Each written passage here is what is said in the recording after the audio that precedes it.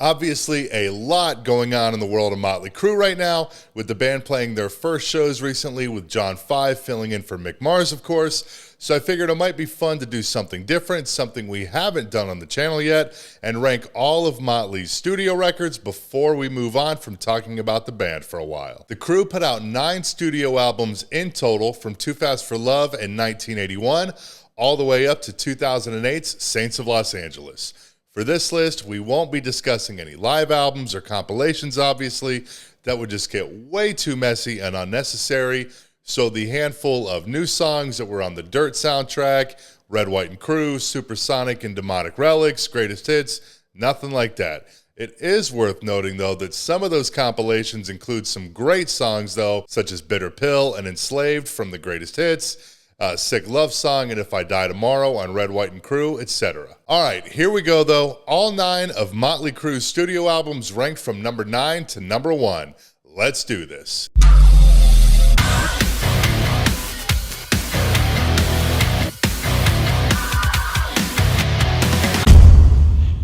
Starting off at number 9, and I would venture to bet that I'm not alone here, it's New Tattoo. Released in 2000, this is the only Mötley record to not feature Tommy Lee, and one of only 2 to not feature the entire original lineup, and in my opinion, it just totally misses the mark. Former Ozzy drummer Randy Castillo, rest in peace, sat in for Tommy, who had left the band while he was in jail for the domestic issue with Pamela Anderson, while Hole drummer Samantha Maloney played live due to Randy's illness, which ultimately led to his death. While Randy did a remarkable job, the album is just flat out not good.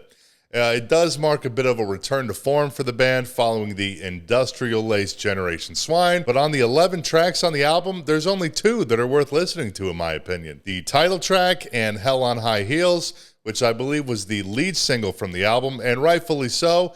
It actually captures the classic Crüe vibe, but it's also the first song on the record, which doesn't really work to their benefit, as it makes everything else that follows fall very, very short. The best way to describe it is just a cheesy, basic rock album, similar to what you might find if you go down to your local bar and hear a local band that thinks they write cool rock songs.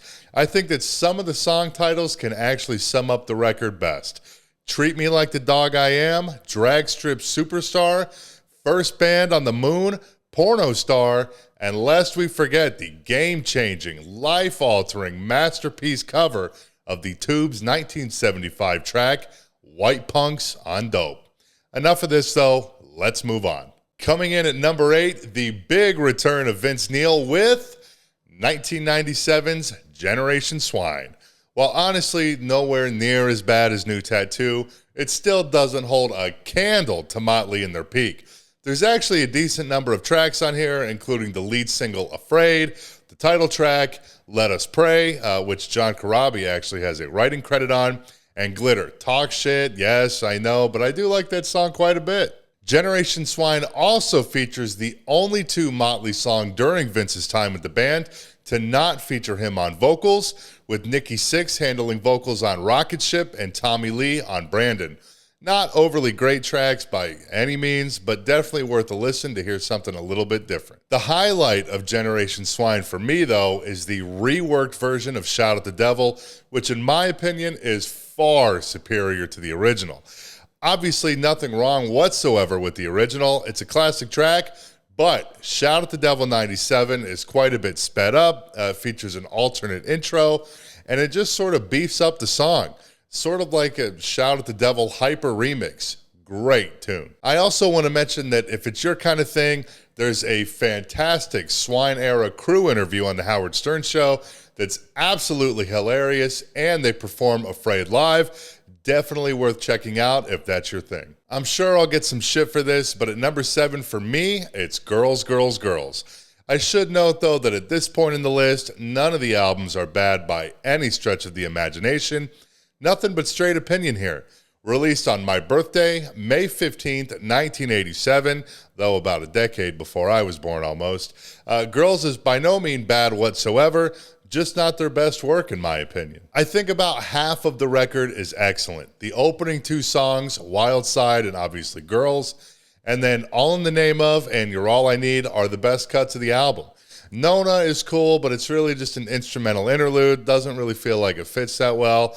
And then everything else is just good, not great, and I could probably do without the Jailhouse Rock cover. I mentioned in my last video that it would be cool if they would play All in the Name of in their set these days, but someone in the comments pointed out that that would never happen due to the nature of the lyrics and today's hypersensitive social climate. But goddamn, what a great rock and roll song. You're All I Need is a highly underrated ballad with a great video, and if you don't know, the video was actually banned from MTV back on the day due to the violent content of the lyrics and the depiction of body bags in the video. Definitely a solid album, but outside of the 4 songs that I mentioned, not really something that I return to all that often at all. For number 6 on the list, I got Theater of Pain. This was the era when Mötley had leaned very, very heavily into the glam look, but when compared to other releases from their peers, these songs are certainly a cut above the rest. Much like Girls, Girls, Girls that came after it, Theater of Pain only really spawned 2 hits for the band. Their cover of Brownsville Station's Smokin' in the Boys' Room, and my favorite song of all time, Home Sweet Home, both of which were absolutely massive for the band. Unlike Girls, though, pretty much every song in this album fucking jams. There's some that are certainly better than others, but the whole album, top to bottom, is solid as fuck. Outside of the hits, you got City Boy Blues, Louder Than Hell, which is one of my favorite Crüe songs, period. Save Our Souls, Raise Your Hands to Rock. Great album the whole way through. All right, here we are at the top 5, and for my number 5 on the list, it's 1994's Self-Titled, of course, with John Corabi on lead vocals. I debated not even including this on the list, as I think it's often unfairly critiqued, but obviously I included it since it is a Mötley Crüe album after all. There's so many people out there that just dog this album because it's so different from any of the Crüe's 80s output, but holy shit, this album rips. John Corabi is a fantastic vocalist, still is to this day, absolute powerhouse, and the riffs are absolutely incredible. From the album opener, Power to the Music, Hooligans Holiday, Misunderstood, Hammered, Smoke the Sky, I could go on and on and on. Obviously, the Crüe is best known for their 80s hits, so that's the focus live, but this album is so good, and it deserves to be played live. Obviously, Vince and John have wildly different vocal styles, which is the main reason why this record is so divisive. But they got to bring John out sometime. I'm not saying John should tour with the band or anything like that, but come on. I just saw the band do an intimate show last weekend. It would have been a perfect setting. They did a residency in Vegas a while back. That would have been the ideal opportunity. I think John lives in Nashville. Have him out when you're playing the market. That album gets no attention from them, and it deserves far more recognition than it gets. At number 4, I'm probably in the minority on this, but it's 2008's fantastic Saints of Los Angeles. Say what you will, but my God, this album rips.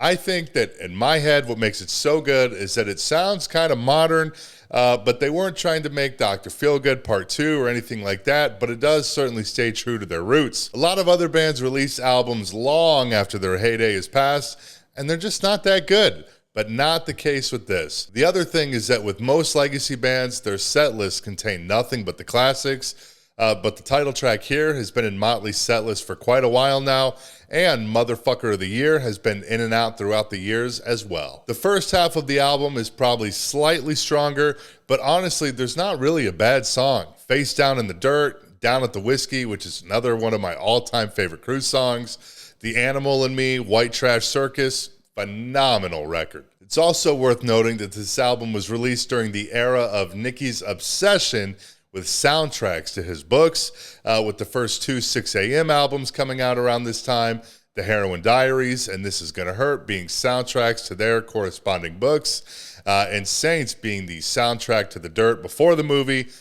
coming though 7 years after the book was released. Part of me probably likes this record so much for nostalgic reasons, as I was a teen when I first got it and it was like the greatest thing ever, but honestly, it's just a great hard rock album, nostalgic for me or not.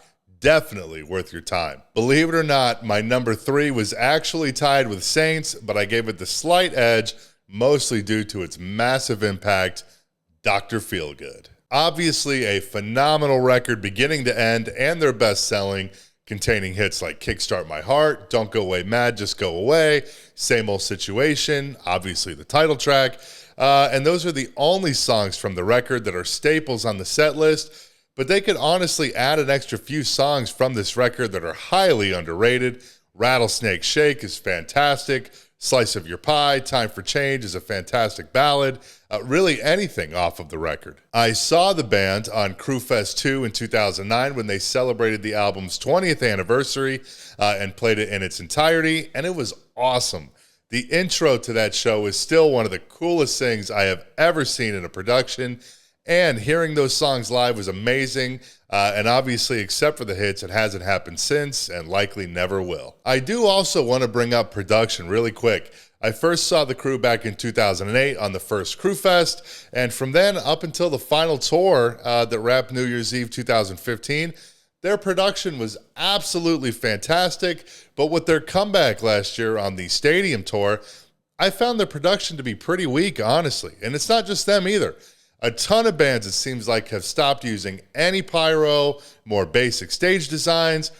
I don't know if it's due to the crazy inflation that's going on or what, but production-wise, live shows seem to have suffered quite a bit about the last 5 years or so, I would say. Number 2 on this list is pretty much tied with number 1, so either of these next two could be in either order, depending on the day and mood, but for now, it's 1983's metal masterpiece, Shout at the Devil. What can I say that hasn't already been said about this record?